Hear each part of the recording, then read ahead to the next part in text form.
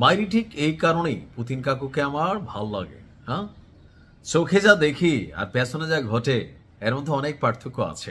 কথা বলছি, যেই ইরান রাশিয়ার জন্য সারা পৃথিবীর কাছে শত্রু হয়ে গেল, যেই ইরান রাশিয়াকে তেল কম ভাজা মচমচা ড্রোন দিয়া এই যুদ্ধটার সমীকরণ পাল্টাই দিল, যেই ইরান আজকের দিনে রাশিয়াকে পশ্চিমাদের সামনে মাথা উঁচু করে দাঁড়ানোর সুযোগ দিল, পুতিনকে ঝুক্যাঙ্গা নেহি সালা স্টাইলে থাকার সুযোগ দিল, তো ইরানের জন্য পুতিন কাকু আসলে কি করতেছেন? আমার আগের ভিডিওগুলোতে আপনি এই প্রশ্নগুলো দেখছেন, আমি নিজেই প্রশ্ন করছি যে রাশা কেন চুপ, কিন্তু চাঞ্চল্যকর তথ্য প্রতিবেদন বলছে ভিন্ন কথা। ভালো লাগলে শেয়ার করবেন, কারণ পুতিন কাকু তিনি চুপ নেই, ইরানকে নীরব সহযোগিতা দিয়ে যাচ্ছেন, যেই সহযোগিতাটা information is power and information is money. আজকের দিনে সারা পৃথিবীতে সবচেয়ে শক্তিশালী হচ্ছে তথ্য। যেমন ধরেন, ইরানের মধ্যে আমাদের সর্বোচ্চ নেতা বা যাদেরকে শেষ করা হয়েছে, ভেতর থেকে কেউ একজন তথ্য দিচ্ছে, একটা টার্গেট, বাকিটা ইতিহাস।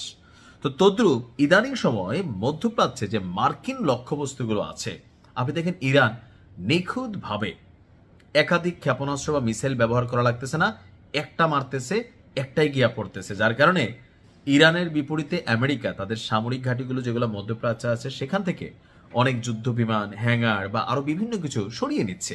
প্রশ্ন হচ্ছে যে ইরান এতটা নিখুঁতভাবে কিভাবে টার্গেটে পৌঁছাচ্ছে? আসুন, মধ্যপ্রাচ্যে মার্কিন লক্ষ্যবস্তুকে জয় বাংলা করতে ইরানকে গোয়েন্দা তথ্য দিয়ে সহায়তা করছে রাশিয়া, আর এই দাবি হচ্ছে যুক্তরাষ্ট্রের প্রভাবশালী সংবাদ মাধ্যম ওয়াশিংটন পোস্ট। সংশ্লিষ্ট ৩ জন কর্মকর্তার বরাত দিয়ে প্রকাশিত এক প্রতিবেদনে এই তথ্য জানানো হয়েছে। প্রতিবেদন অনুযায়ী মধ্যপ্রাচ্যে মার্কিন যুদ্ধজাহাজ এবং সামরিক বিমানের সর্বশেষ অবস্থান সংক্রান্ত তথ্য ইরানকে সরবরাহ করেছে পুতিন কাকু। এর মাধ্যমে সম্ভাব্য মার্কিন লক্ষ্যবস্তুকে শনাক্ত করে তেহরান যেন জয় বাংলা করে দিতে পারে, সেই কাজটাই রাশিয়া সহযোগিতা করেছে। তবে সহায়তার পরিমাণ, কোথায় কতটা অভিযান হয়েছে, সেই ক্ষেত্রে কতটুকু, এ বিষয়ে স্পষ্ট কোনো তথ্য দিতে পারেনি ওয়াশিংটন পোস্ট। প্রতিবেদনটি বলছে, গত শনিবার যুক্তরাষ্ট্র এবং ইসরায়েল তেহরানের বিরুদ্ধে হামলা শুরু করার পর ইরানের সামরিক বাহিনীর যে মার্কিন লক্ষ্যবস্তুগুলো আছে সেগুলো শনাক্ত করার সক্ষমতা আপনার ততটা ইরানের আর্মি বা যেই ক্ষেপণাস্ত্র মিসাইলগুলো আছে তাদের এতটা ছিল না। তবে রাশিয়া তলে তলে ইরানকে এই সাপোর্ট দিয়ে এই অভিযানগুলোকে সাফল্যমণ্ডিত করতে সহায়তা করেছে।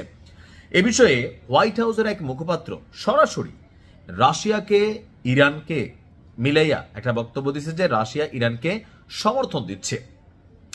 অন্যদিকে ওয়াশিংটনের রুশ দূতাবাস এবং নিউ ইয়র্কে জাতিসংঘে রাশিয়ার স্থায়ী মিশনের পক্ষ থেকেও কোনো রকম প্রতিক্রিয়া দেওয়া হয়নি, অর্থাৎ ঘটনা সামনে আসলেও বলা হয়নি। এখন বক্তব্য হচ্ছে রাশিয়া কি এটা স্বীকারোক্তি দিবে? না। এটা কেন স্বীকারোক্তি দিবে না, এটা একটু মাথায় রেখেন। মেইন কারণই হচ্ছে যে যদি স্বীকারোক্তি দেয় রাশিয়াকে অনেক ধরনের বাটে পড়তে হবে।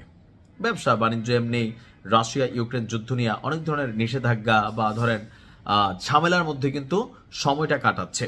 তো এই মুহূর্তে এসা ইরানের পক্ষে প্রকাশ্যে অবস্থান নিলে রাশিয়াকেও আপনার নানান ধরনের নিষেধাজ্ঞা অথবা পশ্চিমা শক্তিগুলোর মুখোমুখি হতে হবে।